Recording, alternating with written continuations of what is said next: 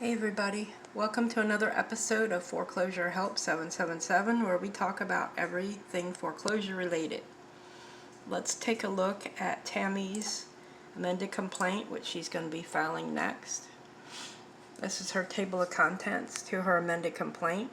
What she plans to do, guys, and this is a good strategy for a lot of people, is she filed her complaint and lists pendants. And lists pendants should stop the sale. And then she's going to she filed her regular complaint and served the other side. And then they have 21 days to file a response. They will probably file a motion to dismiss, because that's what they do. And then at that point, she could file an amended complaint without permission or asking leave from the court. She can just file an amended complaint. And that's what she intends to do, guys. She's been working on this for a while. So let's take a look at what she's got going here. Some good stuff on her table of contents, right? Parties, jurisdiction and venue, introduction, factual allegations, the first assignment, the second assignment, New Hampshire Revised Statutes 479-2, contradicting letters, 1098 interest statements, inaccurate escrow accounting, payment history discrepancies, defective allonges, qualified written request letters, causes of action, count 1 fraud, count 2 the Federal Debt Collection Practices Act, otherwise known as the FDCPA, count 3 slander of title, count 4 breach of contract, count 5 RESPA violation, count 6 truth in lending, count 7 New Hampshire statutes, conclusion, prayer for relief, exhibits. So you guys see, this is her amended complaint, and what she's done is she's taken a lot of stuff from her original complaint and incorporated them into her amended complaint, as you can see right here. Everything is pretty much the same as far as what's in the beginning, but she adds an introduction with a lot more information, because we don't want this to get dismissed, because they'll try to file a dismissal under Rule 12b-6 for failing to state a claim. The more information, as long as she supplies enough information as well as evidence, like the exhibits that support her claims, then they should not be able to just have it dismissed. So this is probably overkill on her part, but we want to make sure it doesn't get dismissed. So this is what we have here, is a lot of information. You see the little bullet points there. In this, plaintiff brings this action after uncovering fraudulent activities in the property's chain of title and misrepresentations by the mortgage servicer, which prompted them to seek legal recourse. This complaint presents a genuine issue of material fact and will demonstrate that the plaintiff suffered harm at the hands of an abusive mortgage servicer.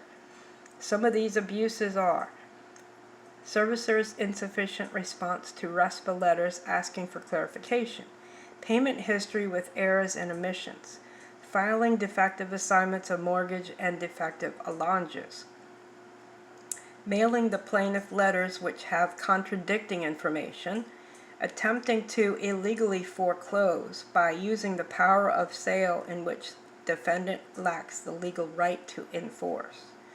This complaint will outline not just how the plaintiffs have been harmed by their servicer, but will also provide evidence by exhibits which substantiate these claims.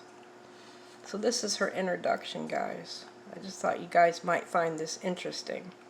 The factual allegations is the who, what, where, why, and how for everything if they did. And if anybody wants to read this, you can send me an email, and I'll be happy to send you a copy of it. Well, I'll send you a copy of it after it's been filed anyway. But if you need help with any of these things, just let me know, guys, and I'll be able to try to help you as much as possible. But basically, these are the allegations, and a lot of it is the same as the first one. They violated the paragraph 22 in the mortgage clause. by trying to sell her house. We got through the assignments of mortgage, pointing out all the defects, adding footnotes, such as when a REMIC trust is terminated.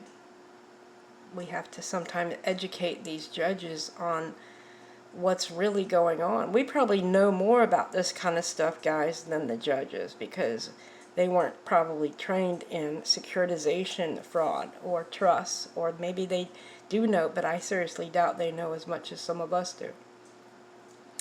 And then this is the second assignment, again with all of those defects.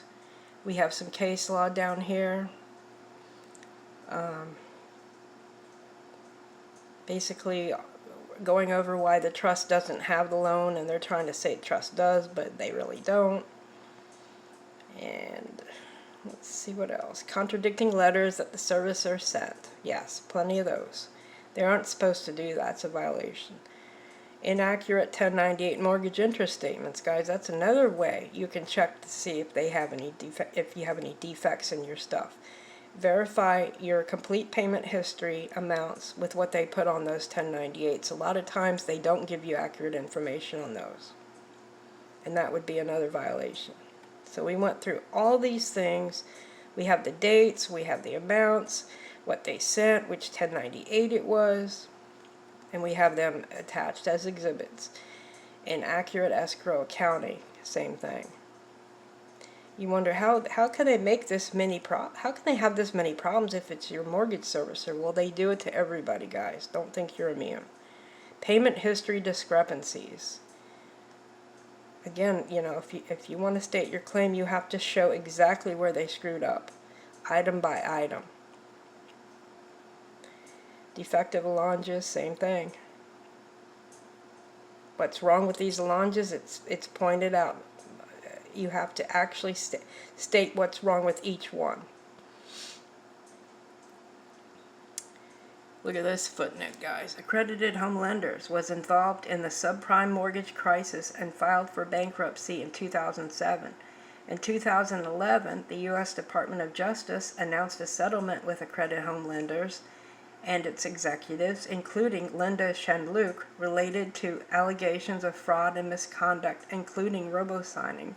And this person, Linda Shenluke, is also on her allonges. Qualified written request letters. Yeah, you want to send your servicer as many of these as you can, because they can be used as evidence of their wrongdoing when they don't answer them. So we have to actually explain what they did wrong here. And then we're educating them. A discharge promissory note is no longer a negotiable instrument and cannot be endorsed or transferred to another party. The obligation represented by the note has been fulfilled or otherwise discharged, and the note is no longer valid or enforceable or an enforceable instrument. So if you file bankruptcy, and then after the bankruptcy discharge, they say, oh, look, we've got the loan, we've got the note, and we're going to transfer it to a trust. There's no way that trust is going to get a non-performing discharge promissory note, guys. We have fraud, which you have to really go over each of the 9 elements. You have to go through each of the 9 elements. So they won't just dismiss this, and we did that. FDCPA, we got that too. Talk about verification here in this footnote, which they failed to do. Slander of title, which is what they did when they filed the fake assignments of mortgage to a trust that no longer exists, from a party who no longer exists to a party no longer exists. Breach of contract. In this case, a contract was breached by PHH not following the mortgage paragraph 22 and by creation of fabricated assignments in order to foreclose. Neither party existed on the assignment of mortgage, which was executed after the bankruptcy was discharged. Securitization requires a valid enforceable debt, which it does. Alright, guys, RESPA violations, that's where those QWR letters come into play.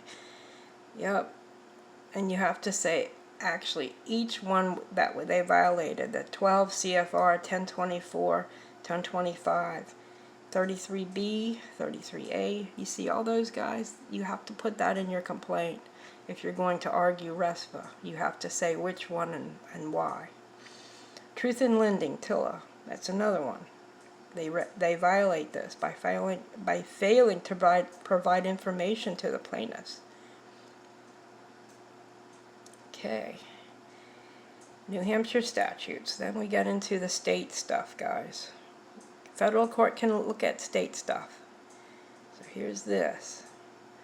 The UDUCPA is like the state version of the FDCPA. Every state has their own version of it, guys. Whatever state you're in, you find out what it is and put on your complaint. And then a nice conclusion, putting all of this together so we can get the point across. And prayer for relief, which is right here. Notary. Okay, so that's pretty much it, and then the exhibit cover pages are the last things that you see here. See? Well, let's get to the exhibit cover pages like that, right?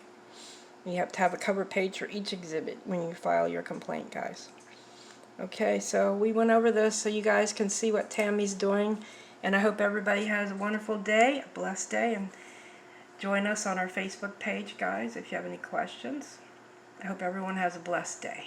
Take care, everybody.